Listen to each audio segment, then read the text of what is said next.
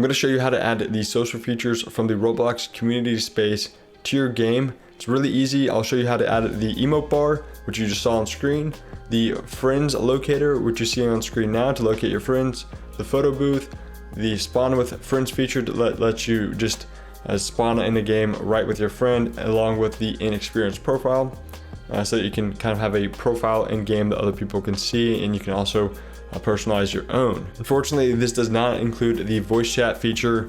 That's not fully released yet. Hopefully it will be soon. Adding these to your game is very straightforward. All you need to do is go to the DevForum post that I'm on right now. I'll link it in the description, or you could go directly to the links right here that I'll put in the description as well. Once you get on the links, it'll look like this. All you need to do is click get. It'll come up with this get item. The item is free. All of these are free, so you can go ahead and get that. No worries about that. It should show up as being in your inventory. Once you go through the links and get all the different items, you can go ahead and open up Roblox Studio, click on view, click on toolbox, click on your inventory, and you should see the different modules here. Go ahead and click the ones that you want to add. So if you want the Spawn with Friends, just click it. It'll show up right here.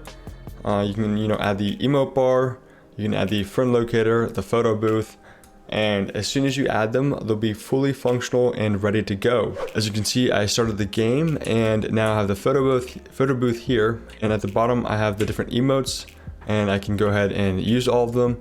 The other features do require friends to be in the game, so as you can see, they're not really showing up in Studio. But you can see that if you're playing online. You can at least see the in-experience profile if you start a game with 2 players. If you go to test and then click on start right here. If you have 2 players, then you should get 2 players that join a game. And then now, as you can see, I can see my own profile right here. And then if I click on this other player, then I can see his. However, the avatars will not load. Another thing that I'd like to add is that these are customizable. Of course, that does require some scripting knowledge. For example, the emote bar can be customized to have different emotes. It's not just the stock ones that it comes with. You can customize them. You could change the behavior of them if you want as well. It just requires a little bit of scripting knowledge.